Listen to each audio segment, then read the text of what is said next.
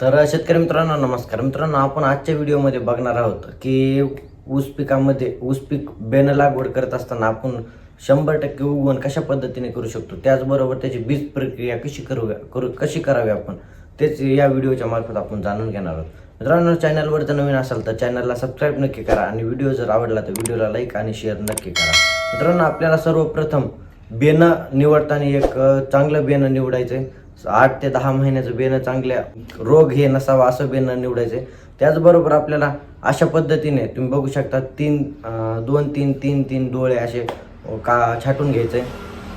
त्याचबरोबर मित्रांनो, आपल्याला 3 डोळे छाटल्यानंतर आपल्याला एक बुरशीनाशक प्लस एक कीटकनाशक असं आपण कॉम्बिनेशन घेणार आहोत. ज्यामध्ये मित्रांनो आपण स्वार या कंपनीचा कॅस्केट घेतलेला आहे. यामध्ये अझोस्ट्रोबायटिन प्लस थायमेथॉक्झान प्लस थायपोनेट मिथाईल असं ट्रिपल कॉम्बिनेशन हे कीटकनाशक प्लस बुरशीनाशक आहे. त्याचबरोबर यामध्ये मित्रांनो आपण हमला 550 म्हणजेच क्लोरो प्लस सायपरमेथ्रिन असं कॉम्बिनेशन आपण घेतलेलं आहे. प्रति आपण 50 लिटरसाठी हे 50 ml प्लस कॅस्केट 100 ml असं घेतलेलं आहे.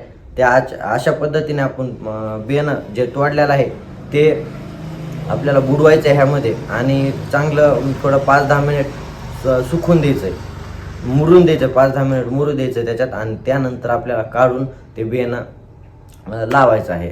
ह्यामुळे मित्रांनो आपल्याला 100% उगवण मिळेल. त्याचबरोबर आपल्याला जमिनीतील जे रोग असतात, खोडकीड असेल, वाळवी असेल, हुंगणे असेल, अशा पद्धतीने जे रोग असतात जमिनीतील त्यांच्यापासून आपल्याला आपल्या जे बियाणं आपण लावलेलं आहे त्याला आपलं संरक्षण भेटेल आणि त्याचबरोबर 100% उगवण मिळेल आपल्याला.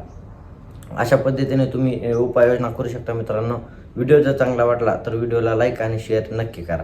धन्यवाद.